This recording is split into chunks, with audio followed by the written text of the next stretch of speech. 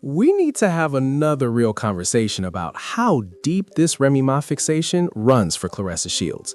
I have never seen anything quite like this, and that is saying a lot.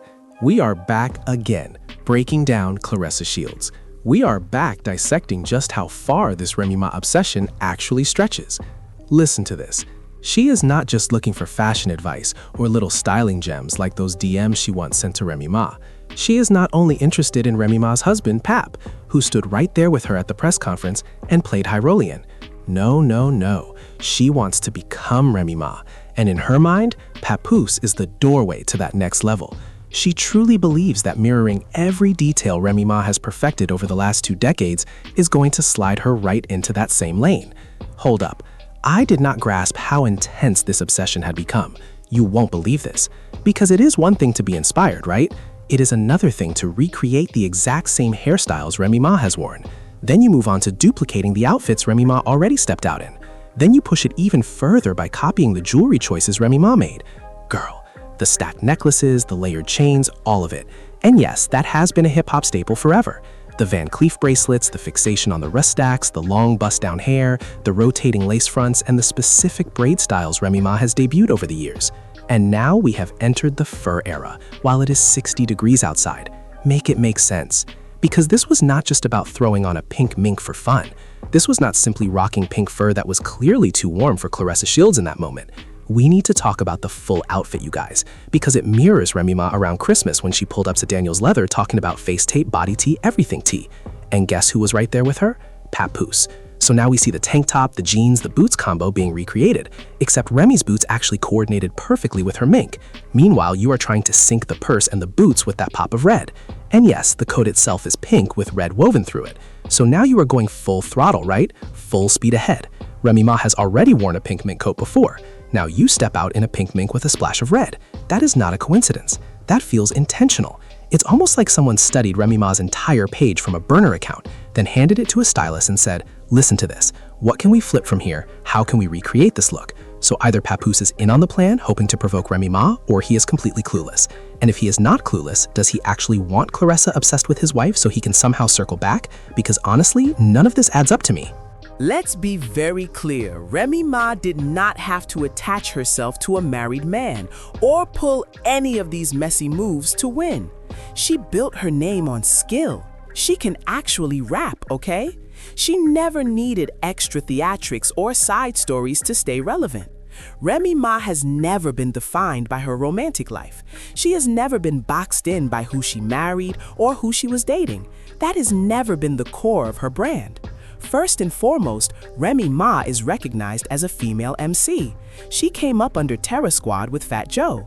Fat Joe is like family to her. When you see Fat Joe courtside at NBA games or posted up at the Super Bowl, 9 times out of 10, you are going to see Remy Ma right there too. That is what people associate her with first. Now, if some of you want to zoom in on her personal life, we can go there.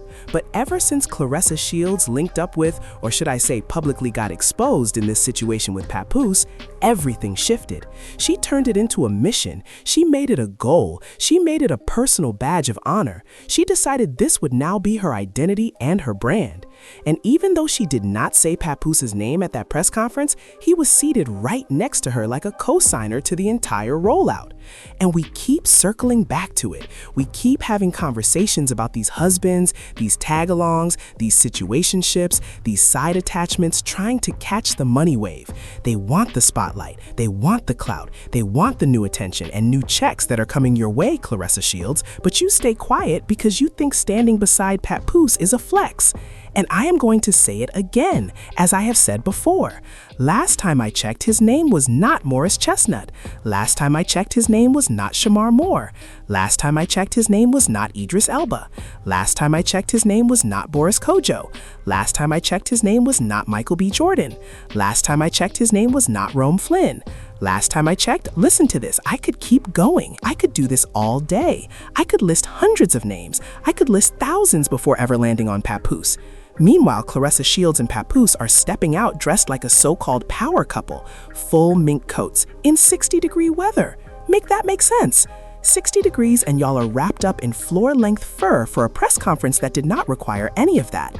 That was intentional. That felt like a direct shot at Remy Ma. That felt like bait for attention.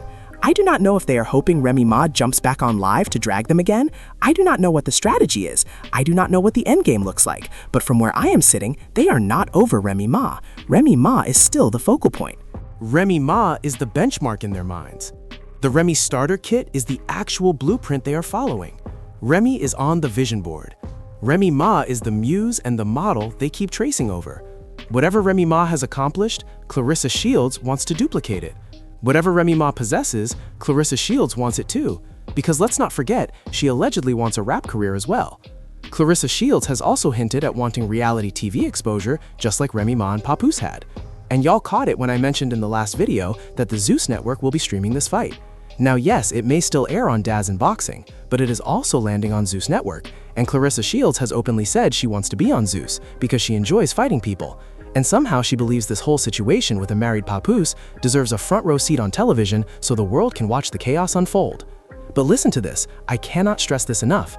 They even said during the press conference that little girls look up to Claressa Shields, young girls who see her as a role model. And yet you are sitting there beside Papoose, a married man, positioned like he orchestrated your entire rise, acting as though you could not secure that reported $8 million deal on your own talent, acting like Papoose had to pull strings for you, acting like he is allegedly taking a percentage while hyping ticket sales and bragging about the buzz, yet still begging critics to show up. Why do the so-called haters need to attend? What is the goal there? Girl, this is strange energy. Instead of breaking down the actual fight, somehow the opponent, Franchon Cruz Dezern, has practically disappeared from the narrative. She was barely acknowledged at the press conference. So now it feels like that matchup has been sidelined. So what are we doing, Claressa fighting herself on Sunday? Rather than focusing on boxing, we are stuck addressing the elephant in the room, which is this fixation on Remy Ma.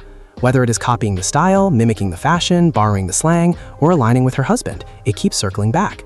It is uncomfortable, it is obsessive, and it needs to be checked.